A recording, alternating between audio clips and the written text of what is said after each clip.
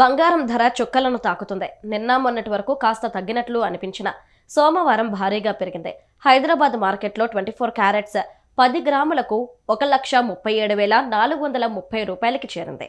ఇక 22 క్యారెట్ల 10 గ్రాముల బంగారం ధర 1,25,850 రూపాయలకి చేరుకుంది. ఇక వెండి కిలో ధర 1,96,948 రూపాయలు ఉంది. రూపాయి బలహీన పడటం బంగారం ధరలకు రెక్కలు తొడిగిందని మార్కెట్ వర్గాల అంచనా వేస్తున్నారు.